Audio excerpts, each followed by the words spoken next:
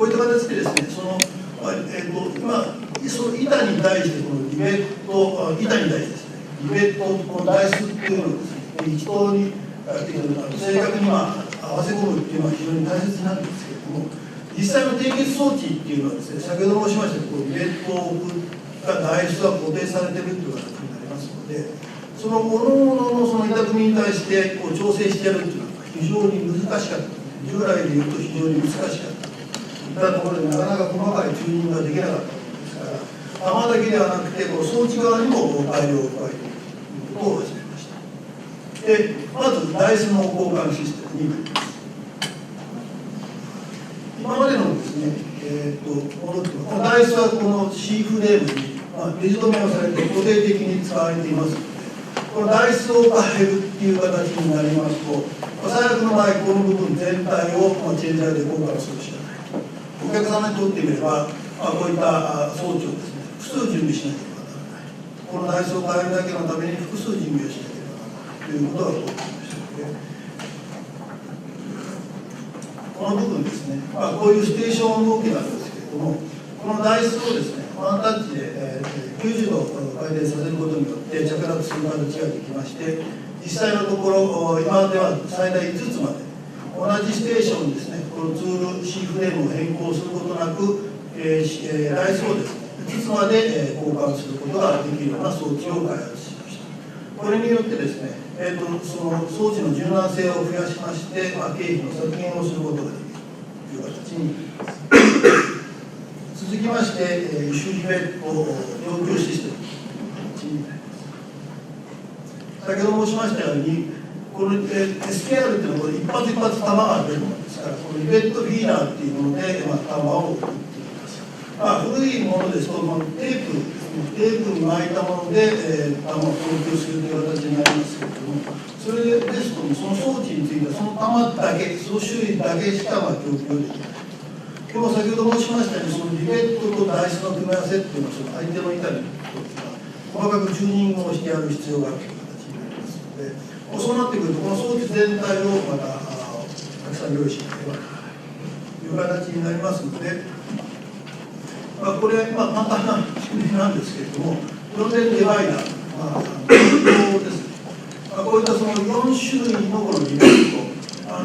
大きく直径が変わるものは使えないんですけれども、こうやって4種類のリベットをですね、一つのツールに供給をしてやるシステムを開発をいたしました。これによりましてですね、一つのツールに対して4種類の弾を選択的に使うことができました。ただし、これについてはコントローラーは1台、プログラミングを変更することによって、このリベットを選択して、ここのツールに供給をしている。今言ってるのはちょっと覚えておいてほしいんですけれども、この4種類の弾をこのツールの中に、選択的に送球できるというのが、弊社の仕組みになります。それからですね、配点材になっていきますと、その非常に打ち込み荷重が高いんですけれども、打ち抜いたときに急激な荷重変化があるんですね。ぐっと支えと抜けた瞬間にぐっとこう動いてしまうという形がありますので、弊社の機械っていうのはそのフィードバックを制御しながら経験しているものですから、こちらのですね、その応答速度が遅いと、こういったその急激な荷重変化にも耐えられないという形になりますので、配電材に対応するという形になりますと、こちらのですね、ツール、あるいはそのコントローラーの応答速度を上げたそういうシステムが必要だという形になりますので、それに対応したですね、装置の方を開発しております。で、今までのですね、機械はさらにそのサイクルタイムを上げるためにですね、毎秒200ミリという締結速度だったんですけれども、さらにそれをですね、300ミリパーセカンドのものを開発いたしまして、リベットの供給時間を含むサイクルタイムをですね、従来から約 25% 短縮することができるという形になりました。ですから、こういったその弾だけではなくて、その配電に対応するという形になりますと、こういう装置、それからシステムのですね、対応が必要な形になります。からですね、先ほど申しましたけれども、この実際現場の中でどういったその品質管理をしていくかというのについて少し説明をしていきます。リベットはこう打ち込みますので、実際このリベットの表面に対して出たり打ち込みすぎたりということが起こりうる可能性がありますけれども、ご覧いただくと分かるように、弊社のものというのは必ずつらい位置ですね、に打ち込むことがあります。これがなぜ必要かという形なんですけれども、リベットを打ち込んでアンダーカットを作りますので、当然打ち込みが足りませんと、このアンダーカット部分が小さくなりますから、低血管が落ちていくしまうという形になる、現状に落ちている。それから打ち込みすぎますと、このリベットの先端がこの下板を貫いてしまう可能性がありますので、先ほど申しました防水性が壊れてしまうという形になります。ですからここはもう極力この出しろっていうこの変化っていうのは小さい方がいいんですけれども、弊社の実力としましてはプラスマイナスコンマ1という範囲に収めることがあります。ではそれはどういうふうにして収めるかという形なんですけれども、実際のですね、今までのその従来型のものっていうのはこのリベットを打ち込むこのパンチですね、これはある程度動力で制御されているんですけども、これがどこまでいくかというところだけを測っていた形になります。ところが先ほど言いましたように非常に大きな荷重がかかるものですから、C フレームも安全な状態でございます。荷重によって変化しますので、打ち込んでいる荷重によってこの台数っていうのはこの上がったり下がったりする形になります。ですからこの位置が一定で止まってしまいますと、リベットの出しろが出気味になってしまうリスクがあります。これ板圧ですね。これについてもですね、板はいいんですけども、例えば R 角があった曲げの箇所といったところでは、実際板圧っていうのは変化をします。ですから、これがですね、このパンチの位置だけを見ていては、なかなかある程度に制御ができないという形になります。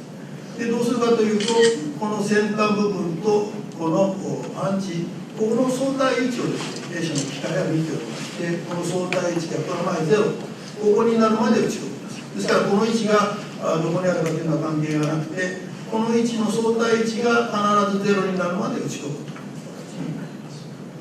それをするためにですね、パンチについてはこのモーターについているリゾルバー系、それから独自のですね、直動エンコーダーというのを持ってまして、このパンチの位置の測定系、それからレシーバーの測定系、これ別々にですね、備えていて、これを共同して動かすことによってフィードバック制御をしている。これにつきましてこういった制御をしているのは、弊社の機械という形になっていると。ですから、実際に、このパンチだけの制御のものに対して、それ以上悪くなるということは決してないという形になります。それからですね、先ほど申しましたけど、複数のリベットを締結することができますので、万が一その長さの違ったリベットが来たらどうなっちゃうか、それ打っちゃったらどうなったらしまうというのがありますので、弊社の機械はですね、打つ前から打つ後まで全てをモニターでフィードバックをしております。まず板を挟み込んだ時にその荷重を測ってですね、機械に異常がないか、から板圧が正しいか、範囲内に入っているか、リベット上が正しいか、これを瞬時に判断しています。でもしも異常値が来たら打ち込む前に締結を中止して異常出力をいたします。でこれが整いますと実際に締結に入ります。で締結に入ったら中途半端に終わってしまうと、これは非常に抜くというのが大変になりますので、必ず打ち込んでしまいます。ところが、もしも異常があるとですね、こういったカーブですね、これはその基準カーブっていうものを取ってるんですけれども、同じ板に対してその同じ荷重変異を打てば、同じカーブをたどる場合というところで、これに対してその管理カーブと締結抵抗カーブというものを出しまして、これから外れた場合にはですね、打ってしまった後に異常をお客様の方に出すという形になります。ですから、打つ前から打つ後までですね、全てこう締結を管理しているというのが弊社の機械です。まとめになります。で、接合技術は、軽量化シャドウ実現の鍵となります。弊社のご提供していますセルフピアシングリベットは、軽量車両において世界でですね、最も広く使われている締結方法になります。で、弊社のリベットハスラー株式会社はですね、SPR 装置、リベットの製造、供給とともに技術サービス、それからその装置のメンテサービスを一貫してご提供しています。